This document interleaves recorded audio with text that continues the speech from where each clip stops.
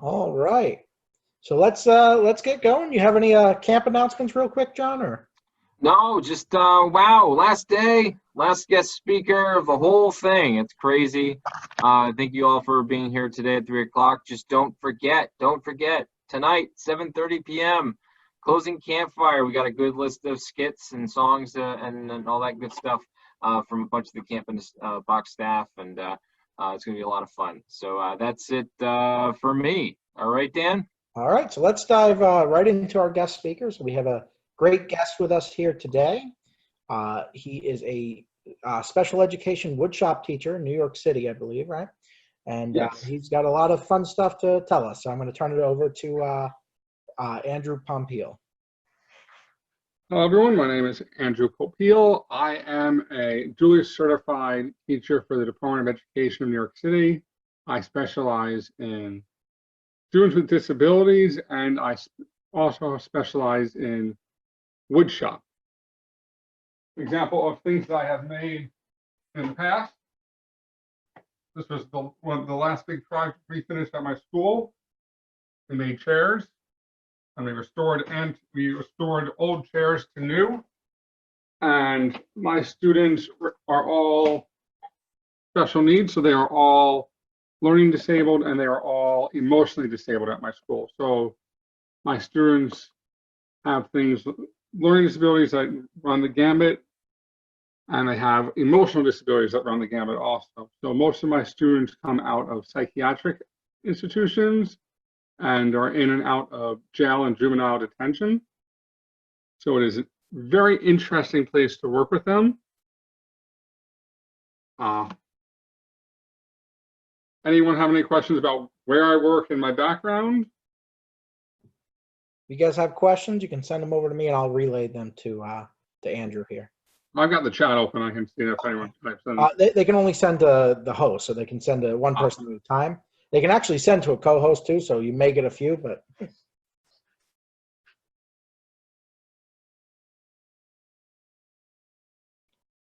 Michael, I got into woodworking from my father. My dad actually was a contractor for years. I worked with him. I had a question. Oh, go ahead. Gianni, I started with my dad when I was 5 or 6. I would follow him when he was working and try to work with him. Favorite thing that I have ever made was when I was in high school, and I worked in one of our school clubs was a robotics club, and I got to build robots. That was probably the coolest thing ever. I'm hoping that in the future I'll be able to build my own robot at my house for just fun and for charity. Dan probably knows what robot I'm looking to build. So I have a question here for you. How long have you been teaching? I'm about to start my 8th year of teaching in September. September 19th will be my 8th year officially. If anyone is interested in teaching, it is very rewarding and a lot of fun, but it is a lot of work. I know that people think it might not be much work. You guys go to school, you go home, you think teachers have the weekends off like you do, you think they have summer breaks, you think they have all those Christmas week, spring break, all those weeks off. They have to do all those lesson plans and be ready to teach you guys things. So they're always having to learn more things, prepare lessons, find resources, get those homework assignments ready. And then they have to go home and grade all that homework. So every time they give you guys homework, they get homework themselves, because we have to go home and we have to go through all those assignments and make sure that they're correct and all that, and grade them and do that and come up with all that additional stuff for you. So don't think it's just, oh, go to the school, give out homework and go home. Not that cut and dry. You don't have the whole summer off. You guys are lucky when you're still in school. Students have it nice and easy.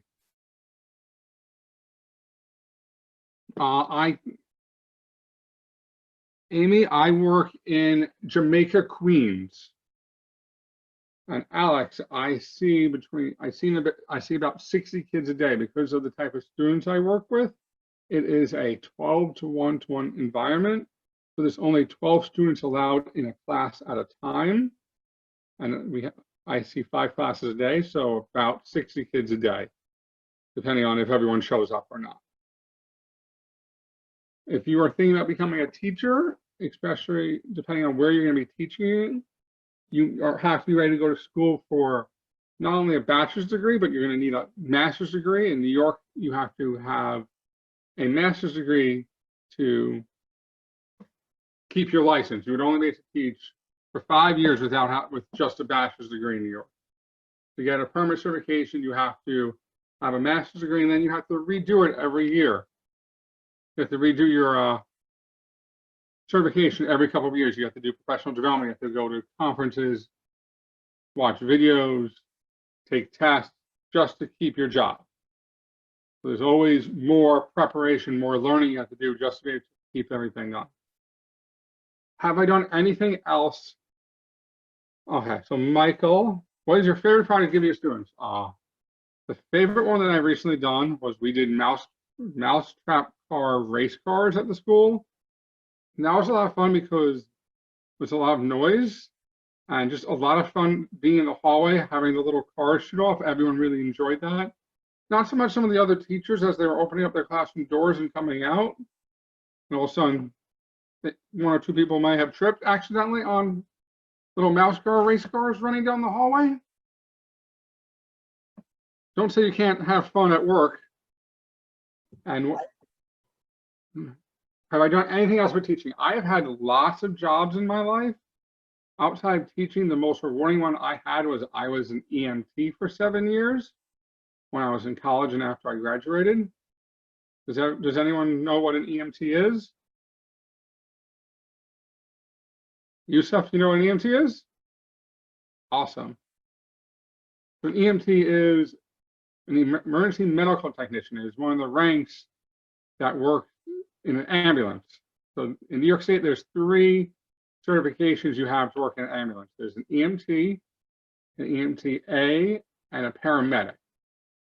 So an EMT is the basic level, and then you have EMTA, which is an advanced EMT, which is a rank between that and paramedic, and then you have paramedic. There is 4 principals out of school.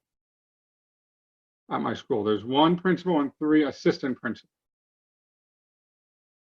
I have a question here from Eric. What's your favorite tool to work with? My personal favorite tool is actually the bandsaw because it's such a versatile tool that you can do all different types of cuts and be very creative with it. And you can do all different shapes with it. It's not just straight lines. The bandsaw, the blade actually wobbles. So you can actually shape the wood and do spherical motions. You can cut circles out with it and all different shapes with it. I do work with other teachers. I am trying to work, me and one of the history teachers are trying to line up our curriculum to do the Industrial Revolution and do a assembly line project at the same time. So the students can come from learning about Henry Ford, learning about the Industrial Revolution, and then they come into the class and they would do an assembly line project. And so one day they'd have to make it by themselves. You'd make something by yourself, and then the next day you'd come in and everyone would be doing just one step in the project, and you'd be able to see how much faster it is to complete projects with an assembly line. So you'd be able to see what a big deal the assembly line is, not just in American history, but in world history itself. The first thing I ever made was a toolbox with my dad. And I had that for about 20 years before it got destroyed. I have another question here, and this is probably a throwback to your past a little bit, but have you ever made a Pinewood Derby car? Yes. We have made them at my school, and I made them when I was in the Boy Scouts. I won 3 years in a row with my troop when I was a Boy Scout.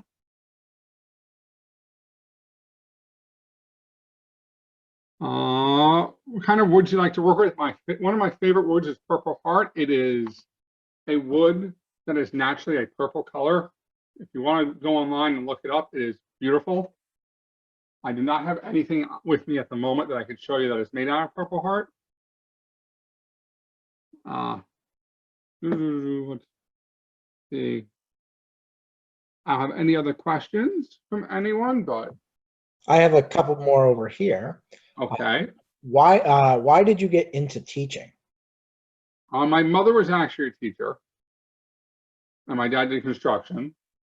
So I grew up around both. And in school, when I was taking my shop classes, I was told to help people because the teacher knew me and, oh, Joseph, your puppy is really nice. Sorry, I got distracted by the dog. I got into teaching because I enjoyed helping other people learning how to use all the tools. So that made me want to become a woodshop teacher. It's like, all right, I like making things. I like helping other people to be able to make. Michael's got the picture up. What do you think of it, Michael? That looks nice, right? Michael pulled up the picture of Purple Heart to look at. I have a question here from Henry. Do you have a lathe? I do not have a lathe at my house. I am actually saving up for one, and I do not have one at my school, unfortunately. It is a really fun tool.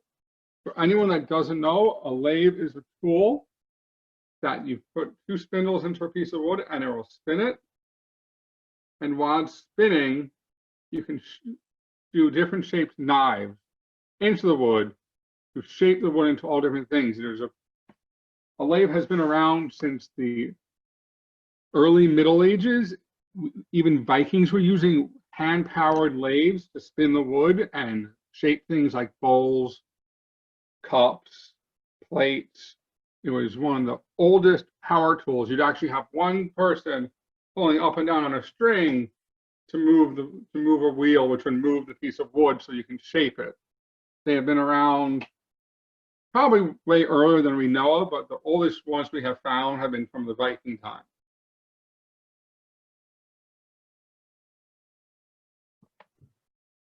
I have another question here.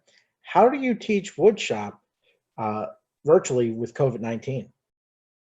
That has been very interesting and very hard to do. So teaching woodshop with COVID-19 has been a lot of going over theory and reviewing safety from the end of the year is what we did.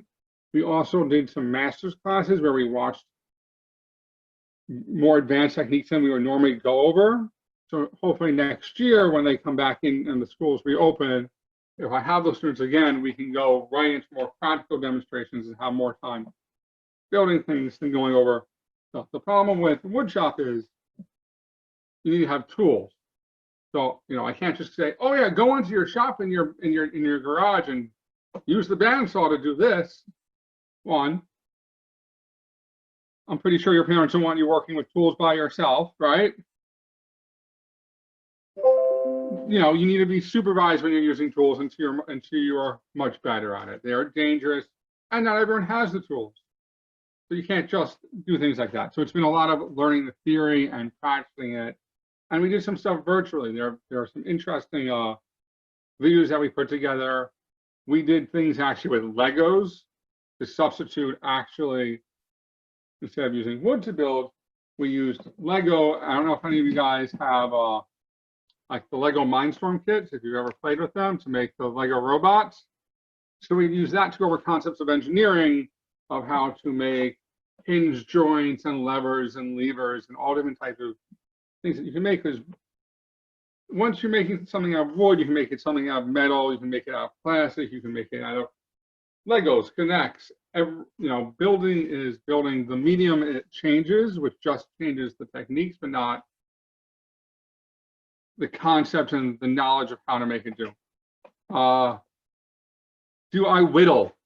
Not very well.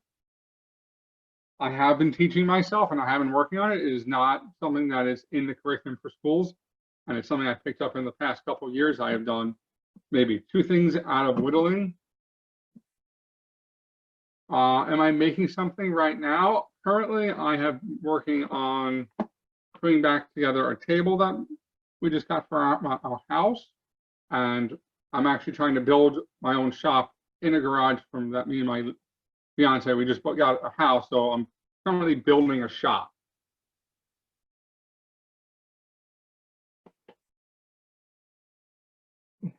We do not do any carving at school because the students are not allowed to have knives. because the population I work with is emotionally disturbed. So a lot of them have rage disorders and are not very friendly. A lot of them are in gangs and situations like that. So we do mostly with the power tools that they can't move. A lot safer for everyone. Doing with the Swiss Army knife is really cool. Henry, what have you made with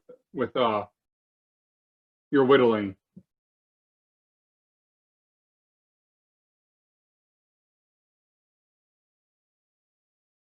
Nope. Well, Henry, if you can tell us what you made, that'd be cool. Not many people whittle at all anymore, so that's really impressive that you're doing it at your age. I have a question from Gianni here. How long were you in Boy Scouts? I was in the Boy Scouts from Webelow days until I turned 18. I was able to go all the way up to Life Scout. I did not make it to Eagle. Almost got there. That's cool. Yusuf, you make tools for your friends, and Henry, you made a handle. And you're making a blade. What are you making the blade from, Henry?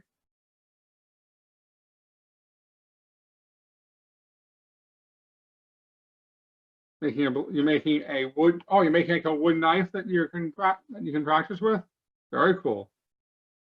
So I have a really good question here from Alex. How often do you have to sharpen your tools if they are used tons of times a day? I sharpen my tools twice a week. I go into the school early on Tuesdays and Thursdays, and I sharpen all the tools that need to be sharpened. On Mondays, Wednesdays, and Fridays, I oil all the machines, and I check them to make sure that nothing is loose or damaged. That is actually a really good question. One of the most important things you guys can learn is you have to take care of your tools. And if the job is ever too hard, it's probably because the tool is not been taken care of. Tools should be nice, should be sharp. You guys have your totem chips? Do you guys have your totem chips? So you guys remember that you know how to properly take care of your knife is just as important as it's one of the safety things. If it's not in good condition, you can hurt yourself, you can hurt other people. So you always have to make sure it is clean, it is well taken care of. You don't want it to be rusty, you don't want it to be dull, because it's going to damage. If you're trying to whittle, it's going to damage what you're making or gouge it instead of removing small pieces. If you're trying to cut something, you're going to be sitting there a lot longer instead of trying to do it.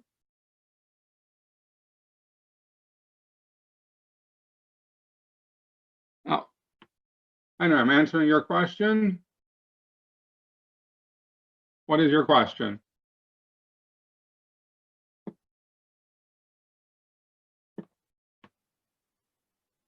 Nope. And Henry, what are you making the wood knife for, with the handle and the blade for?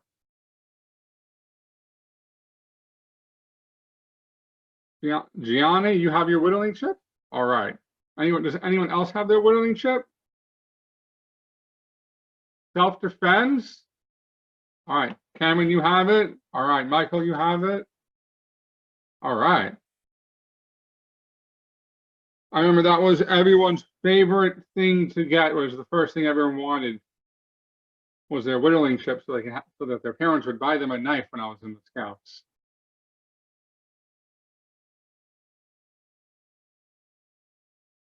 Self-defense, don't mess with you.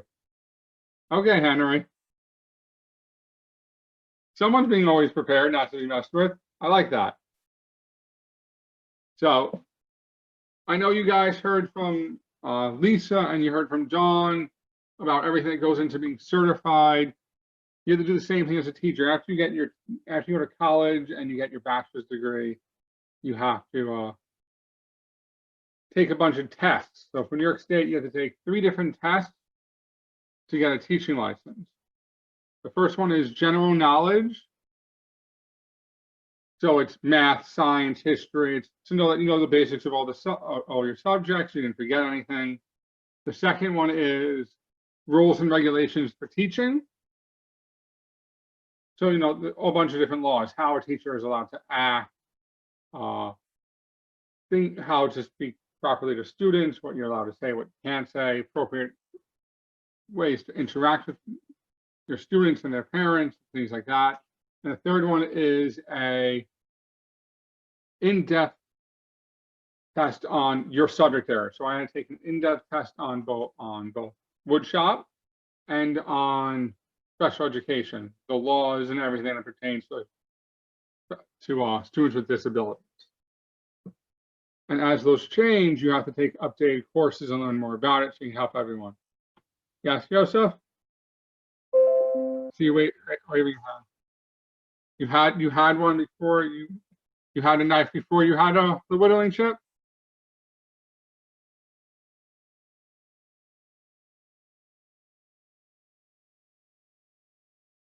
Oh, Michael, you go hunting? See, someone fixed a hunting blade for the knife for deer season. How many tools do I need?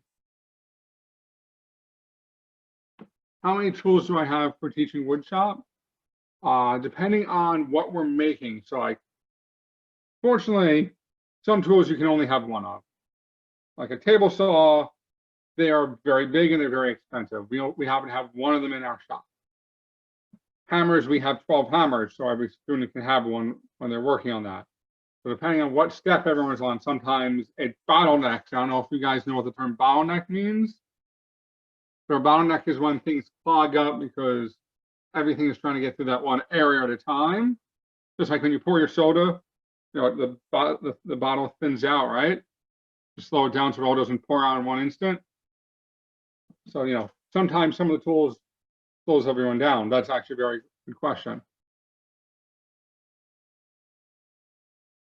I have another question here, Andrew. Have you ever had any of your students injured by any of the tools they used? None of my students have been injured by any of the tools when they were using them correctly. I have had students get hurt by each other. There was a couple of students have had fights in my room, and you know, things like that. As I've said, I do not work in a normal high school. My students are a little bit more high risk. They are come out of abusive environments. A lot of them are out of jail and out of psychiatric institutes. So sometimes they do get hurt, but no one has ever gotten hurt while working with my tools.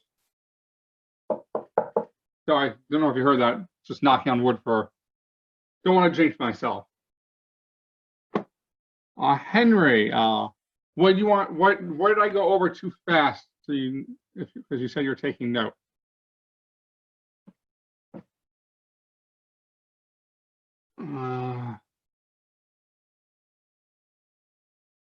Oh, you're Michael. You and your dad hunt deer? That's exciting.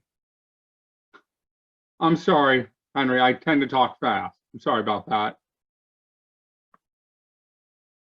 Henry, does your dad bow hunt or does he use a rifle?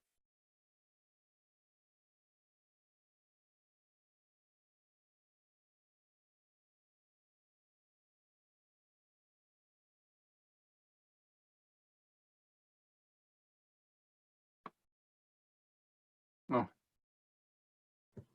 I have another question here, Andrew. Yep. What's the favorite project you've ever made with your students? Favorite project I've ever made with my students was we made a bunch of jewelry boxes. So this was a very more intricate project because people had to do very small detail work to fit the hinges in and things like that. And they made little draws and slides and stuff. So it was the most detailed project we ever did. Only 3 of my students completed it out of the advanced class. So 12 kids tried it and only 3 finished it. But I was very happy with the fact that they were able to do it at all. It was a very advanced project and it took about 9 weeks for them to do it, which is most of a school semester, so about half a school year. I've got a follow-up question here too. How do you decide which projects you do with your students? I actually let my students vote. So depending on what class we're in, we're going over certain skill sets. So I have about 7 or 8 projects that can be used to develop a certain set of skills. Like I want you to master a certain machine. The steps to do these projects will use that machine a lot. So that way, by the time you finish this project, I can know that you can safely use this machine. So I let the students vote. They actually get to choose. We go over all the safety stuff for all the machines. We go over the theory of, let's say we want, the big step is we're introducing hinge joints. So we go about how you carve out spaces for hinges and how you do that. And then we might have a couple of projects that they can choose from that have hinges in it. So the class will actually vote, and then we'll do that project. So that way, every year, every time people take the class, it's different projects. So we're always upgrading, always changing things around. I've actually had a couple classes where they wanted to make the same projects over and over again. We made a bunch of, I do like the Repair Shop on Netflix. And they have also one on Disney Channel that's a shop class program. Both a lot of fun. Cameron, have I made presents for birthdays? I have made a couple of things for birthdays for people. I've helped people fix things for their house and do things like that for their birthdays.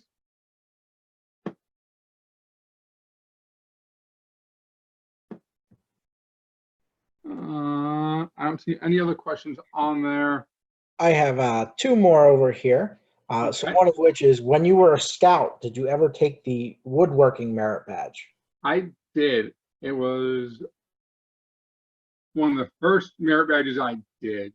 The first one I did was first aid. That was, my dad made me take that one before I did any of the other ones. He made me take first aid, and then what's the second one? There's the advanced one for first aid. Emergency preparedness or life saving? Life saving. My dad made me take both of those because he thought I was going to get hurt. I might get hurt doing some of the other ones, so he wanted me to be able to take care of myself. So those were the first 2 merit badges I did. Then I did wood shop and leather work. I did woodworking, leatherworking. I did metalworking. I did that at my Boy Scout summer camp. They had people come in, and there was a foundry with a metal shop, and we got to actually be a blacksmith and, take the metal out of the fire and hit it with the hammer and do all that stuff. I have done welding. I did do the rifle merit badge. That was a fun one. I did that one at camp also. The normal easy project that we start at the beginning of the year is our names. We actually make our names out of wood. And that takes a lot of skills. That's drawing, so they have to lay out their name. They can print out, not everyone can draw, so they can print out bubble letters, cut them out, trace the design onto a piece of wood. They have to use a drill press to put holes in the center of the letters.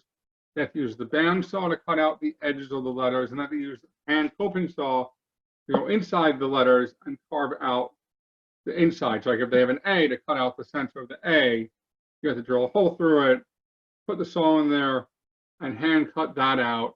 And then you have to use sandpaper and stain and do that. So, Gianna, you've done that one? That is a very common project. It's one of the first ones to do because you use a whole bunch of different tools, and it's a very safe project to do. And everyone likes having their name to put on their door or on the wall of their room. It's a fun one because everyone likes it. And if they've already done it someplace else, say at a camp or this, they can make it for a sibling, a parent. They can do a do not enter sign or something like that. So they can change it up if they already have that. I got a question here from Alex. How long is one of your classes? Our classes are 15-minute in length, and students have class 5 days a week. Michael, your dad is a Marine. That is awesome. Tell him thank you for his service for me, will you?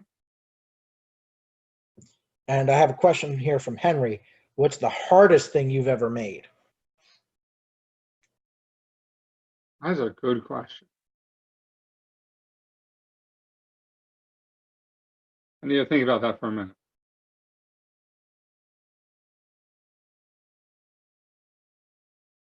The hardest question I ever made was my first piece of furniture that I made. I made a wine rack and I made a slab table for it out of the wood. So what we did was, so to do that, we had to make all the furniture. We had to laminate the wood. There was a whole bunch of steps that I had never done before. And I did it by myself. It was the first project I ever did by myself without someone guiding me. And I went probably a few steps above my skill level at the time to try to do it. And it was one of the hardest things I've ever made. I still actually have it. It's in my basement. I probably had that, I don't know, 15, 16 years I made that again. Since I made that, I still have that project. It was the first piece of furniture I've ever done. So that was the hardest thing I ever made. Wood burners, yes, that is actually one of my favorite things is the wood burning. So I don't know if anyone knows what wood burning is, but looks like a pen, got an electric cord that goes into it, plugs into the wall, and the tip gets very hot. And you can make all different things out of it. You can all different tips, all different sizes, and you can do all different products. I'm trying to look up and show you guys a picture of what wood burning is.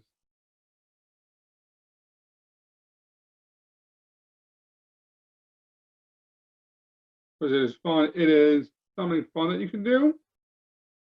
You can get this. You can get things at Michael's or you guys. So this is something that someone did out of wood burning.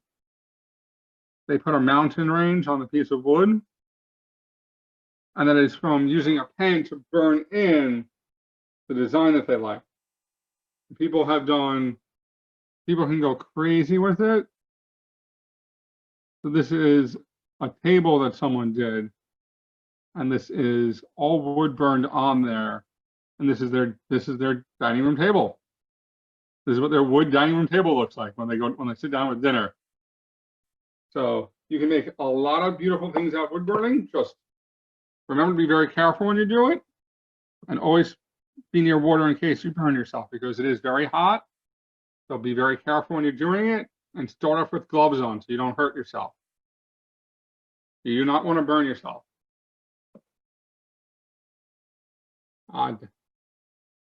Cameron, I do not regret my decision on being a woodworking teacher. I enjoy it very much.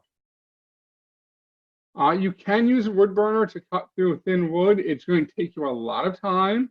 It is faster to use a saw or to use a knife and put a gouge in it and then just snap it yourself, depending how thin the wood is. I would not advise using a wood burner to cut through anything, because it is burning the wood, and if you burn the wood, you can set it on fire. So using it as a saw to cut out, you don't really want to do anything that might set your house on fire. So I would not suggest using it. It's not the right tool for that job. And that's how mistakes happen if you use the wrong tool. So please use your saw to cut things in half. Do not use the wood burning knife. I have another question here for you. Which scout camp did you go to when you were a scout? Oneonta, upstate New York. I think some of our scouts might go up there. A lot of them are from that area, the Hudson Valley area. So I was part of my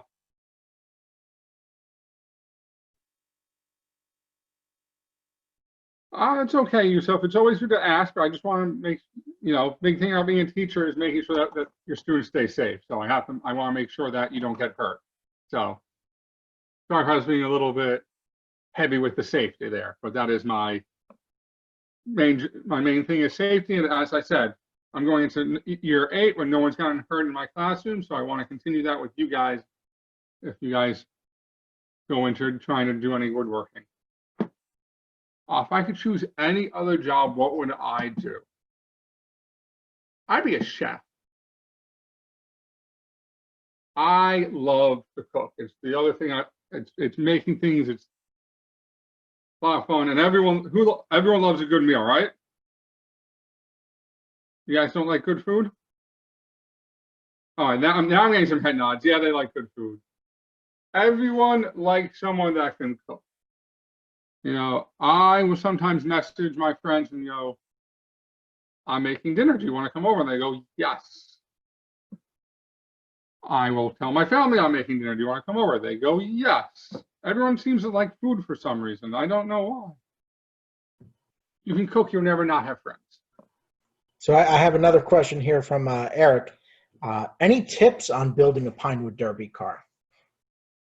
Design. You can look up the designs a lot online. You don't want it to be bigger in the front than the back. You want it to be able to cut to the air. You want the air to work with it, not against it. Yes, Michael, aerodynamics. You look up videos of it, you actually see how they design real cars to work with the air, to push the air around it so it doesn't get pushed back. Because when the car is traveling, the wind is going against it and slowing it down. But if you can shape the car to move the wind, it's going to go faster and have less resistance. So look into aerodynamics, and that'll actually help you a lot with your Pinewood Derby cars. And you want the weight on the bottom of the car, not the top. So if the bottom is heavier and you do your detail and you carve it out on the top, to keep the weight on the wood so that on the wheels a lot easier, and not at the top, so that way it doesn't turn over. If the top is heavier than the bottom, it might fall over. If the bottom is the heavier part, it's going to keep the wheels on the track. So those are the two biggest pieces of advice I can give you.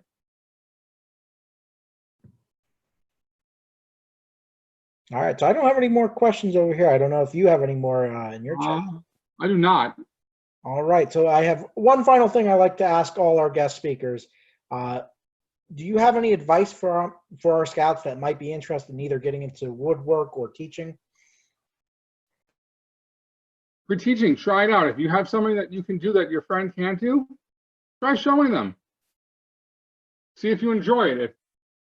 That'll let you know if you enjoy teaching. If you can make a peanut butter and jelly sandwich and your friend can't do it, try explaining the steps to them. Something simple. If you don't enjoy it, if you don't have the patience to help them through, if they're being struggling or they don't understand something, that might show you that you may not want to be a teacher. As for woodworking, talk to one of your parents first. That is something that you're gonna have to have supervision with first by yourself. So you either need a parent that's gonna do it with you, a family friend that your parents trust, a grandparent that your parents trust, someone that has a little bit of experience that will do it with you and to help you, so that way you don't get hurt, by being able to show you how to correctly use a tool. There are a lot of great videos on YouTube that will show you how to use the tools, but you do want someone there with you whenever you're trying to use a tool the first time, especially if they have any knowledge and have used tools before. So that way you don't get hurt. You can have someone to supervise you and make sure that everything goes well. Especially with some of the tools, you may not want to use them yet, so you may need your parents to help you use certain tools. All right, so thank you so much for joining us and giving us all this fantastic information. I also see Lisa in the chat, who was our guest speaker on Monday. I want to thank her for helping us set this up and letting us have you come speak with us today. So I know it's an important day for her, and she let you spend some time with us. So yes, it is Lisa's birthday. Yep. But thank you so much, and take care. As far as the scouts go, remember, guys, we have our closing campfire tonight at 7:30. Make sure you got a lot of fun skits and songs planned for that, and it should be a good time. All right. So take care, everyone. Let's get a big round of applause for our guest speaker before he goes. All right. Bye, guys. It was nice speaking to you. Dominic?